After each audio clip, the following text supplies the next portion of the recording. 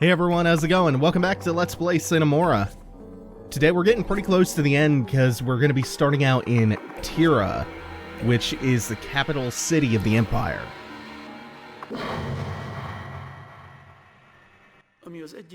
One man's virtue is another man's sin. Enkis are monogamists, which is widely known as a primary cause of jealousy and sexual frustration. In the Empire, citizens of over 60 circles end their lives through ritual suicide. They do this with dignity in order to make this space for the new generations, bursting with strength. This is an act for which they are greatly admired. Other nations live together with their foul-smelling elderly who waddle about in need of constant care, who cling to their families like leeches until their natural end.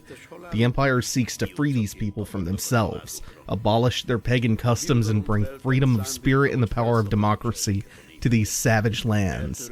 But just as I say, feast for one means famine for another. People of the Empire uphold their freedom through a complex rule system.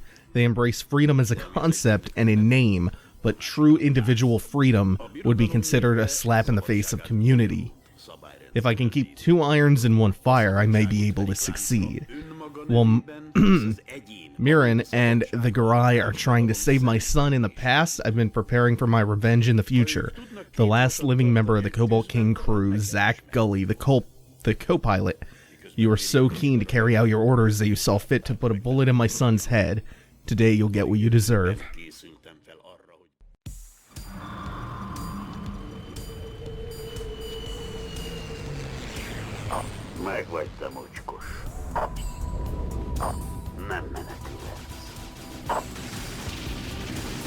What a looker.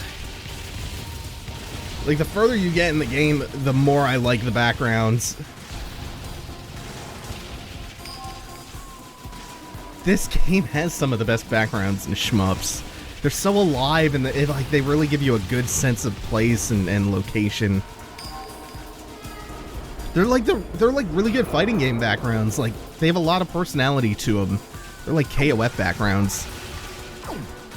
Oh. These bullet patterns are kind of tough sometimes. As long as you can minimize the numbers. Really want those power-ups.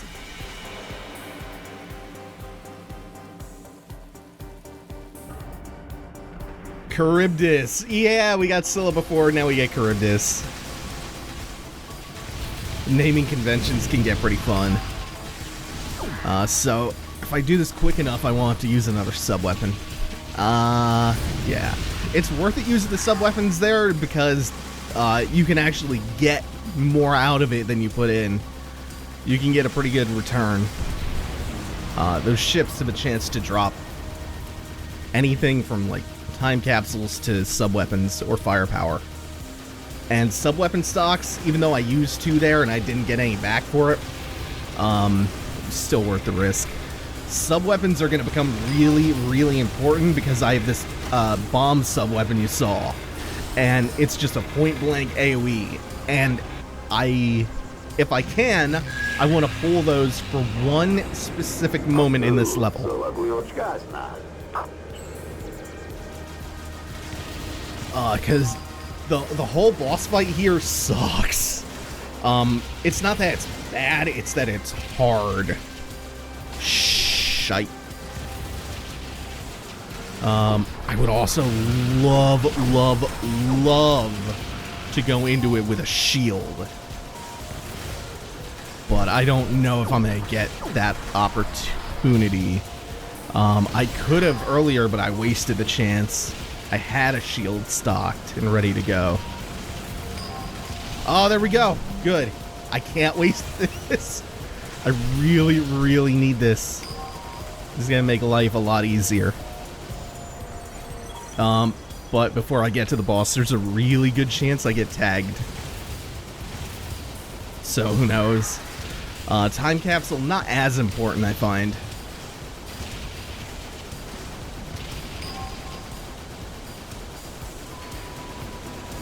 This thing, it's got a little hangar that enemies spawn out of, so if I position myself just right, yeah, I can do damage to it while destroying all the enemies, and that allows me to just sit still right here in safety. Because if enemies spawn in and they start firing at me, it forces me to move around, and that gets a lot more dangerous.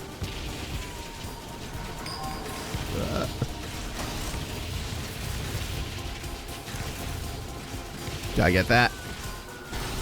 This is one of those levels where shield and sub-weapons are way more important to me than even firepower is. Firepower will help, like it always does, but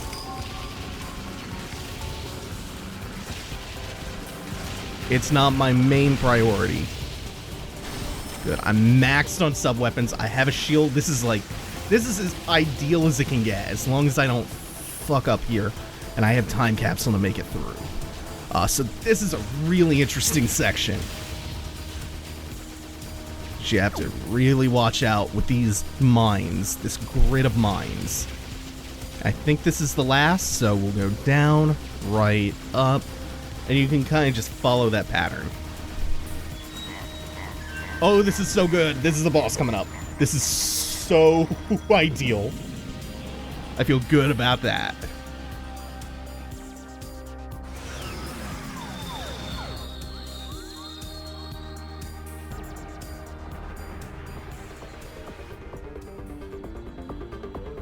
Csodálatos ez a játékszer, barátom, de nem menti meg a seggedet.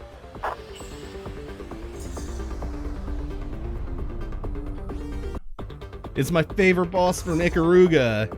The big spinning circle that fires shit as it rotates. Except this one is a maze, and you cannot stay still. Every time you move on to a new section, the hazards also change. So right now it's just these intermittent blue lasers.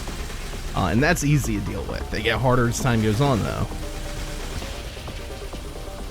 And the reason that I'm holding on to sub-weapons so carefully is because they will let me blow through the last section of hazards. Also, this is taking a couple of restarts. Also, that the blue flames, once you move on to a new section, instant kill you. So yeah, that's kind of why it's taking a few restarts, because I messed that up a few times.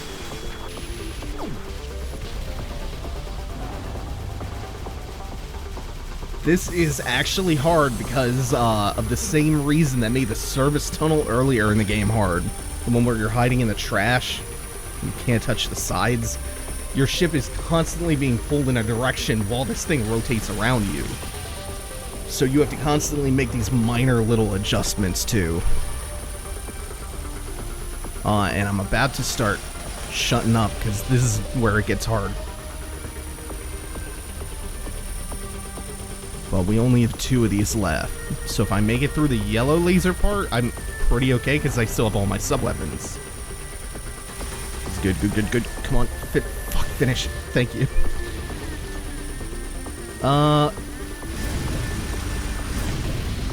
I didn't realize I had my shield popped. I could have just went straight through. And this is where I want to start blowing all my sub-weapons. Because it one-shots these. The nodes firing the red lasers. Oh man, I almost did that perfectly. Almost that perfect run until I just winged the wall. That was good though. That was really, really good. Aside from taking like 3 restarts, whatever it was. I think it might have only been 2 restarts.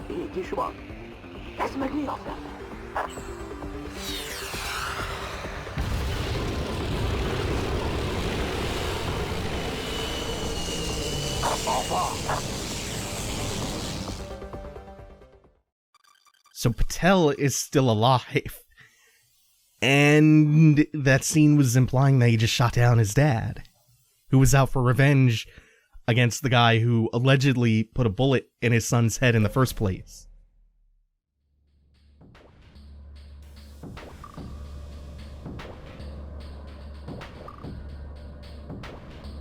Garai, továbbra is 600 egységgel mögötted. Csökkentem a távolságot, túlságosan gyorsan záródnak a frontok, közelebb nagyobb biztonságban leszek.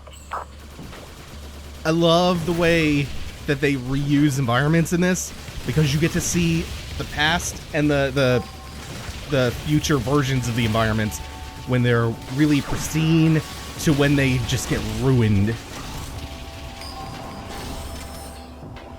Also, I found out the Hungarian voiceovers were never intended to make it into the final game. They just needed placeholder voices while the game was still being developed. And then Grasshopper heard them, and they were so happy with the Hungarian voices that they wanted Digital Reality to keep them like that. They got away with not having to pay voice actors because the Hungarian voices sounded so distinct to like the ears of non-native Hungarian speakers.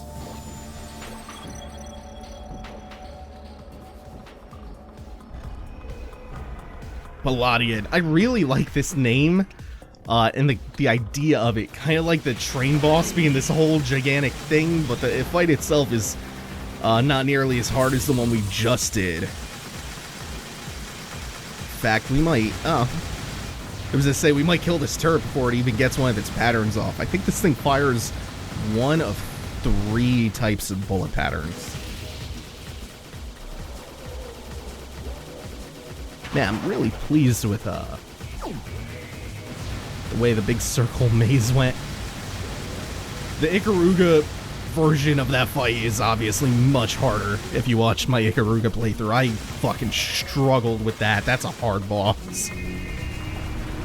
This attack can be kind of inconsistent. It can be a one-hit kill. But usually it's fine. Usually it's okay. Turrets are being... Oh, it's you get a little glimpse of one of the alternate patterns, but they're being really consistent today.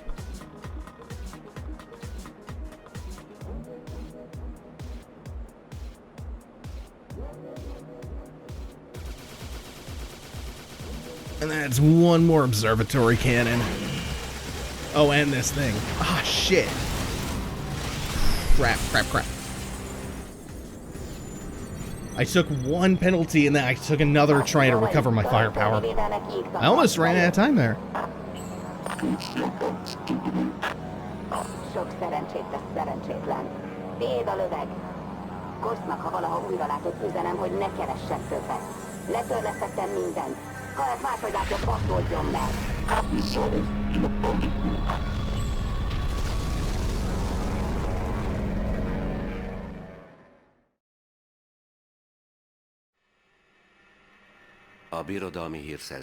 I, all on my own, managed to commit the 2 greatest blunders in the history of Imperial intelligence.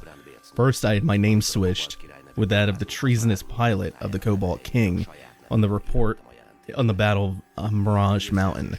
Central Intelligence believed my work would be easier to accomplish if our enemies presumed me dead.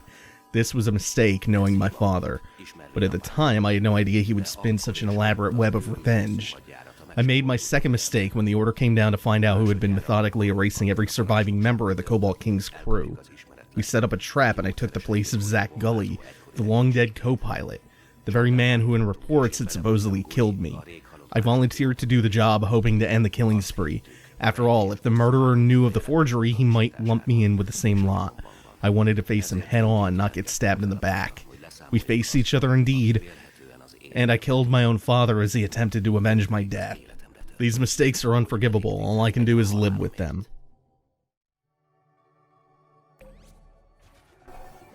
So, how about that for irony? Also, fewer restarts than I thought it took. So we're on to the epilogue now, to close the game out with Dryad. They say wisdom comes with age, but as I get older, I begin to feel the opposite's true. It's not that I know less, per se, although the pace at which I learn is certainly slowing. It's more that as a child, I saw more and experienced more. Everything was new. I reveled in tastes, colors prickled my senses. All sensory input made me feel richer. As I grew older, my world narrowed. Precise moods I used to know in the past I couldn't even begin to recall now. What brought me to this point, I don't know. I can no longer feel the purpose, the object, the sensation. Back then, it was the journey that amazed me. Today, I'm pleased enough by simple arrivals. And I have arrived. This is Syriad, home of the project, the floating fortress. Our story will end here. So this is what it's all been leading up to for her. Hangrögzítés. Akita Dryad. Ez az utolsó kör. Profétánk Enki nem jósolt több időt a népünknek. Bármire készül is a birodalom, megpróbáljuk megakadályozni. Ha minden jól megy, Linte ezekben a percekben az ünnepi díszbe öltözött főváros figyelmét tereli el erről a próbálkozásról. Ketten maradtunk. Minden más Enki halott, vagy a projekt rabszolgája. Nem tudjuk őket megmenteni. Nincs megoldásunk. A könyvben egyikünk neve sem szerepel. Vagy mind a ketten meghalunk, vagy nem tudom. Hangrögzítés. Szünet.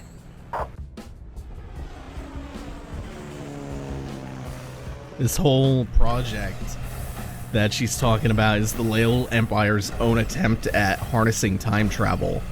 A talent which, up to this point, has been innate to the Enkis. So they have enslaved millions of Enkis here, harnessing them, drugging them. Remember that bit about how they made them blind and deaf to make them more docile? Well, all they really needed was to hook them up to this project, and this is the thing that guards the project. And I find its design a little bit underwhelming. The fight itself is fun, though. This is our final boss, which, again, I find its design kind of underwhelming. It's a sphere, but it is pretty challenging, and it's got a lot of different patterns, and I am, woo. Okay, I just need to be doing this. And fuck, that was not the opening. Ooh. This is an easy one to beat. This is an easy fight to beat. It is a hard fight to do well on, because they're constantly spawning in time. So it's not like you're struggling to beat the clock, but if you're just trying to do well, which I'm trying to do reasonable here, and it's just not working out, so I'm sacking it and trying it over. Alright, try number 2. If this one doesn't go smoothly, then I won't waste any more time. Time, gentlemen, please. I'll end it, but I kind of want to, like, it's not for ranking or anything, I just want to show off what the fight looks like when it goes relatively smoothly, which we might not get, because it is pretty difficult.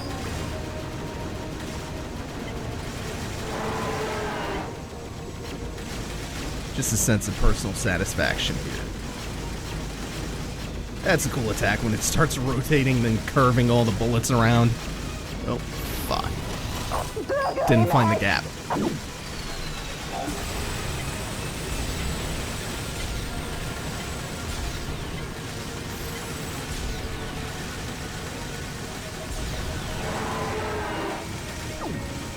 And you get a lot of firepower spawns too. So they really load you up to the 9s.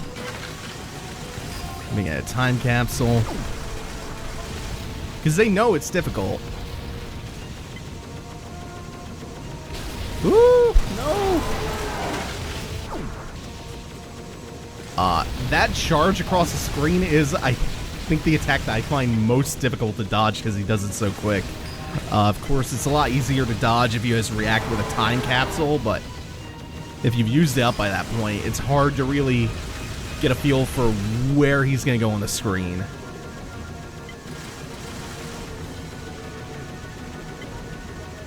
This is a fun attack. Good, good, good. Now I think he's going to start charging a lot more. Now I have to go down and back up. Yeah, like towards the end. Okay, yeah, it's when he starts doing this. He starts moving around and trying to just like tackle you a lot. And then he's going to start doing it from off screen. Can be rough because I have no time capsule. and limited opportunities to actually hit him. But we're getting there. We're getting close.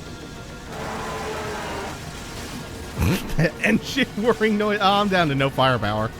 Whoop.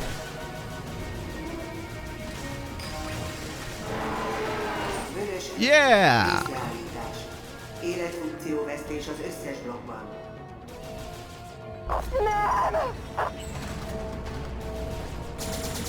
Oh right, forgot about this final attack. Can actually kill you pretty easily here. If you don't get into that gap.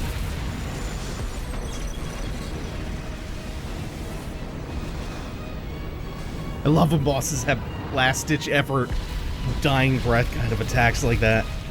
That's been coming up a lot in Rondo of Blood, too.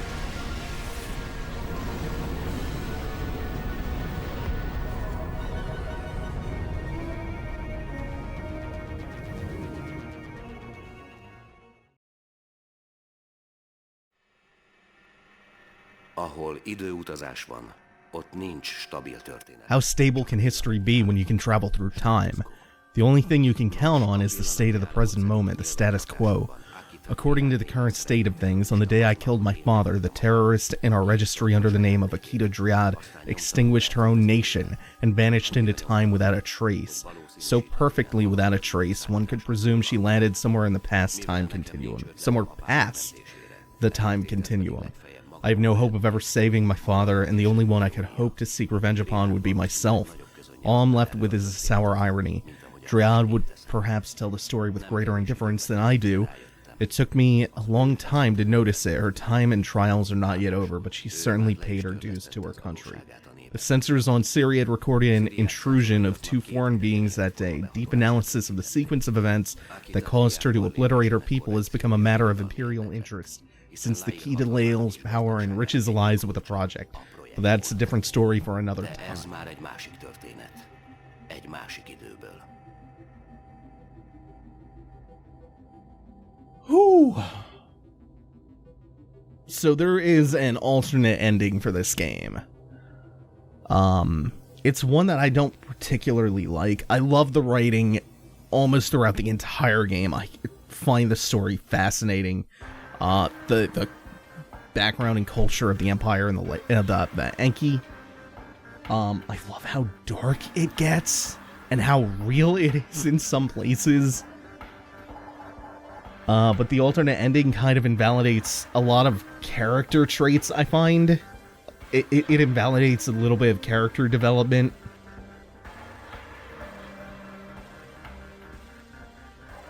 Oh, man. Sine Mora was really, really good. Glad I finally got around to this. Not many shmups coming out nowadays, so this one is sorely appreciated. We got Raiden 5 recently, though, and I've been hearing okay things about that. Jamestown came out a couple years ago, and Jamestown was super good. I think it got a couple of extra levels recently, Jamestown Plus. Maybe we'll be seeing those.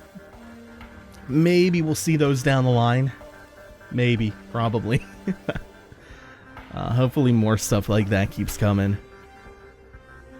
Adventure games and horror games have kind of come back lately in the indie scene, so hopefully indie games and kind of low-budget studios or projects keep shmups alive too. This is a genre that's so good. Oh man. I do have a few problems with the game. Like, I find that the bullets kind of don't pop all the time. Some of the backgrounds, they blend in a little bit too well, so there's some visibility issues with it, and it can sometimes be hard to distinguish background from foreground. But yeah, for the most part, he does a lot of really clever stuff. The timer doubling as a health bar is a neat idea. The sub-weapon and the firepower upgrade system is nice and simple. You get a good variety of ships, each of which feel very, very different because of not only their different sub-weapons, but the fact that they all have their hitboxes located in different places. It's just small things like that. Bullet patterns are really, really fun to dodge. And it's beautiful. It's so cool. gorgeous. It doesn't make sense how good this looks. And not just technically, just aesthetically, it's very, very pleasing.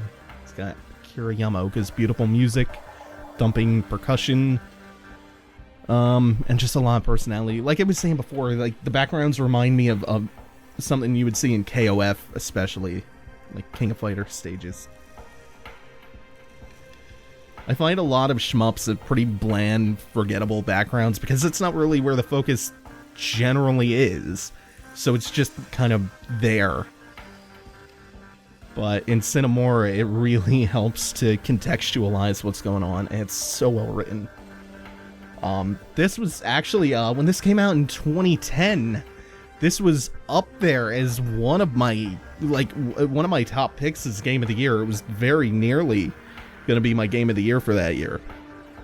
So yeah, I have a lot of love and respect for Sine Mora, and it's got a lot of like extra modes. It's got the alternate ending, it's got more difficulty modes, score, attack, boss training, arcade, which has it features 2 higher difficulties. There's a lot you can do with this really short game, as most shmups are. It's got a lot to offer, and I would totally encourage anyone to pick it up. We need to support shmups, man. That's gonna do it for now, though. Thanks for watching, everyone. Take it easy. Have a good one.